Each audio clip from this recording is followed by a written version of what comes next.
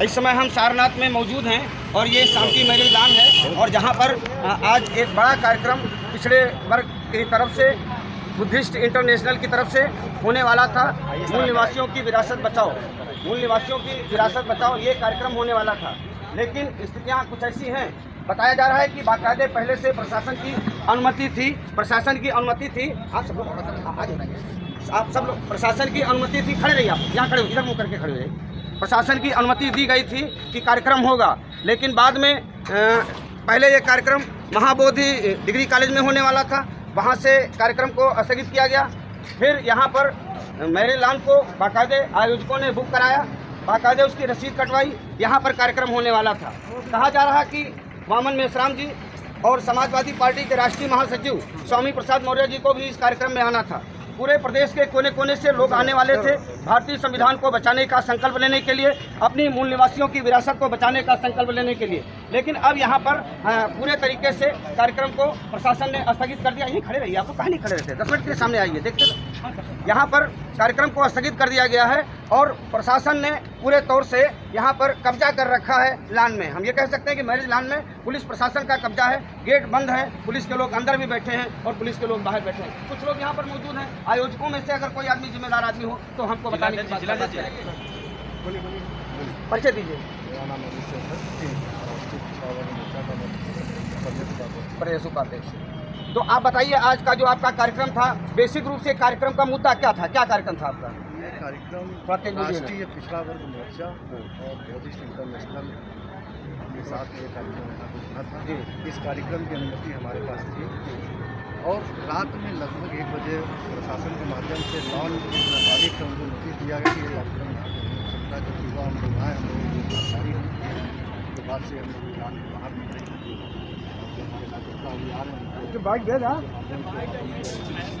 देखिए, ये प्रधानमंत्री जी का संसदीय क्षेत्र है। वही प्रधानमंत्री जी जो दुनिया के कोने कोने में जाते हैं तो बड़े गर्व से कहते हैं कि मैं वहाँ से आया हूँ जहाँ बुद्ध पैदा हुए थे।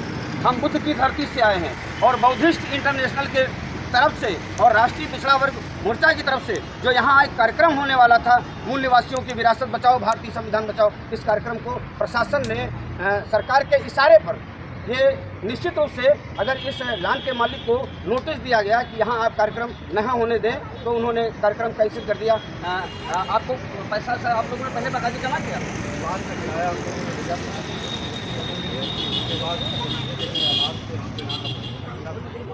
कार्यक्रम की सारी तैयारियाँ कर लॉन मालिक के ऊपर पूरे दिन भर दबाव बनाया गया प्रशासन के माध्यम से, लेकिन इसमें लॉन मालिक की तो कोई दोस्त की गलती है नहीं। प्रशासन के माध्यम से उनको दबाव दिया गया। जिस हमारे वकील रामराज उनके नाम से परमिशन बना हुआ था, रात को लगभग 12-1 बजे उनके घर पे STF वाले गए और उनको काफ़ी डराया धमकाया कार्यक्रम बंद करने के लिए। उसके बाद यहाँ पे लोगों ने नोटिस दिया। उसके बाद आप जी कुछ बताना चाहेंगे, क्या कहना चाहेंगे जो सरकार का रवैया है, प्रशासन का रवैया है, इसके संबंध में क्या कहेंगे? सरकार का रवैया, ये जो दोहरी नीति डबल इंजन की सरकार है, ये वास्तव में SC ST OBC को एक मंच पे लेने नहीं देना चाहिए। सबसे बड़ी बात यह है। दूसरा महत्वपूर्ण बात है, ये कार्यक्रम असल में ये कार्यक्रम विरासत बचाने का कार्यक्रम था और विरासत वो था जो अशोका ने इस विरासत को बनाया था, सारनाथ बनाया था, जहाँ बुद्धा ने प्रथम बार इस प्रवचन किया था, 5 व्यक्तियों को उपदेश दिया था। उस धरती पर आज उस विरासत के बचाने की ये लड़ाई थी और उस विरासत की बचाने की लड़ाई में बहुजन समाज के, खास करके OBC समाज, इस समाज जो बहुजन समाज का बड़ा तबका है, OBC, जो इस कार्यक्रम में सहभाग हो रहा था, बढ़ चढ़ करके हिस्सेदार हो रहा था। तो ये ब्राह्मणों को इस बात का लगा कि अगर OBC इनके साथ चला गया, बुद्धिस्ट के साथ, तो हमारा कौन सा लोटा धोएगा।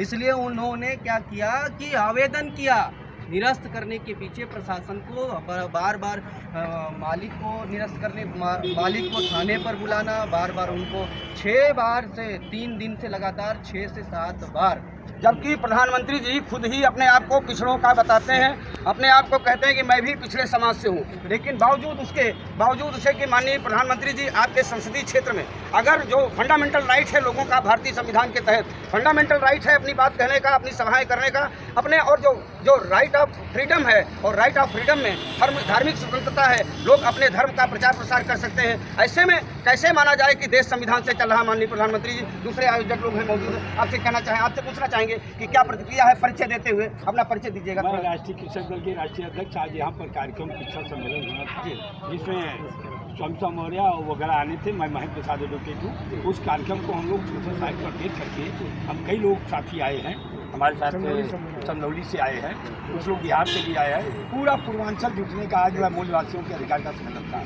लेकिन आने पर यहाँ जानकारी अब हम लोग को हुई है कि कार्यक्रम कैंसिल कर दिया गया, यानी अघोषित इमरजेंसी देश में लागू। अभी मोदी जी 2 दिन पहले कार्यक्रम करके गए हैं, तो कोई रोक नहीं। और हम सम्मेलन कर पिछड़े हो तो फर्जी पिछड़ा बन करके मोदी जी ने हमारा स्कॉलरशिप बंद किया, हमारा केंद्रीय रिजर्वेशन शिक्षा में बंद किया। अरे मोदी जी, ये देश को कहाँ ले जाना चाहते हैं? लेकिन ये ऐसा होता है, आप कर रहे हैं कार्य का प्रक्रिया होगी। हम पिछड़े अब सजग हो रहे हैं कि आप हमें धोखा में रख करके 10 साल शासन किया, देखिए हम लोग को जबरदस्ती जमीन पर ला दिया। तो ये संघर्ष आपका जारी रहेगा। आप लोग बोलिए जरा, बोलिए। ये जो आपका जो आज का जो कार्यक्रम है, अगर कार्यक्रम नहीं हो पा रहा है तो इसके बारे में संघर्ष आप लोग करेंगे लगातार? अक्टूबर में पुनः आ रहे हैं हम लोग, अक्टूबर में पुनः आ रहे हैं। आप बनी रहेगी इस तरह से? बिल्कुल। आज हमारा यहाँ कार्यक्रम रुका गया है। हमारे राष्ट्रीय अध्यक्ष ने घोषणा कर दिया, जल्द ही पूरे भारत को बंद करने का आह्वान। बहुत बहुत धन्यवाद आपसे बात करने के लिए। इंद्रजीत शर्मा, किसान न्याय मोर्चा का प्रदेश प्रभारी हूँ और आज ये एमजीएस का प्रदेश उपाध्यक्ष हूँ। आज जो मूल निवासियों का, पिछड़ों का और तमाम जो समाज के डिप्रेस क्लास के लोग हैं, जिनको अधिकार छीना गया, उनके लिए जागरूकता के लिए कार्यक्रम रखा गया था। लेकिन सरकार ने जानबूझ करके कार्यक्रम को असर किया है। कहाँ रोका? जो हमने कुछ ये नहीं, हमने कहा कुछ आरक्षण के चलते चलते जिनको अधिकार मिले थे, तो सरकार चाहती है कि उनके सारे के सारे अधिकार छीन लिए जाए। और जो 100 साल पुरानी व्यवस्था थी वो आज भी कायम रहे। इस मानसिकता से ग्रसित होकर इन लोगों ने इस कार्यक्रम को रद्द किया है।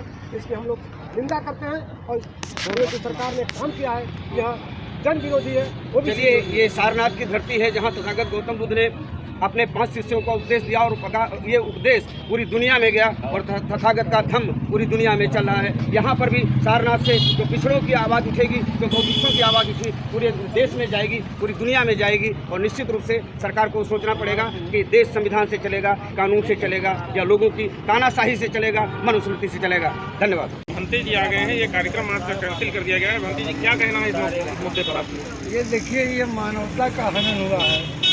ऐसा नहीं करना चाहिए। किसी के आगे जो है थाली परोस करके और थाली खींचना मानवता का भी हनन हुआ, पेट का भी हनन हुआ, संविधान का भी हनन हुआ। ऐसा करने से उनको क्या मिलता है जो प्रोग्राम को रद्द कर रहे हैं? बोलते हैं कि बावन इस्लाम साहब जो है ब्राह्मण विरोधी है। अरे भाई, ब्राह्मण विरोधी कैसे है? उनके व्यवस्था का विरोधी है। अगर ब्राह्मण विरोधी रहता तो कब पे जो है यह सरकार इनको बचने देती? वो जो सही बात कहता है उसको कहते हैं ब्राह्मण विरोधी है, तो हिंदू विरोधी है। ये सब गलत अफवाहें हवा जो उड़ाया जाता है, ये गलत है। ये जो है हमारे बौद्धिक विचारधारा से गलत है। क्योंकि बुद्ध ने तर्कशील बनने के लिए कहा है, तो आप तर्कशील है तो उनके बात को कैच करिए। वो गलत बोलते हैं तो तर्क करिए। अब आपने कहा कि हमारी बात को मान लो, जानो मत, ये तो हम नहीं मानेंगे। हम गौरी गणपति की पूजा नहीं करने वाले हैं। हमारे दिमाग में तो गोबर नहीं भरा है कि हम गौरी गणपति का पूजा मान लें। हम तो मानवता का पूजा करते हैं, विद्वानों का पूजा करते हैं।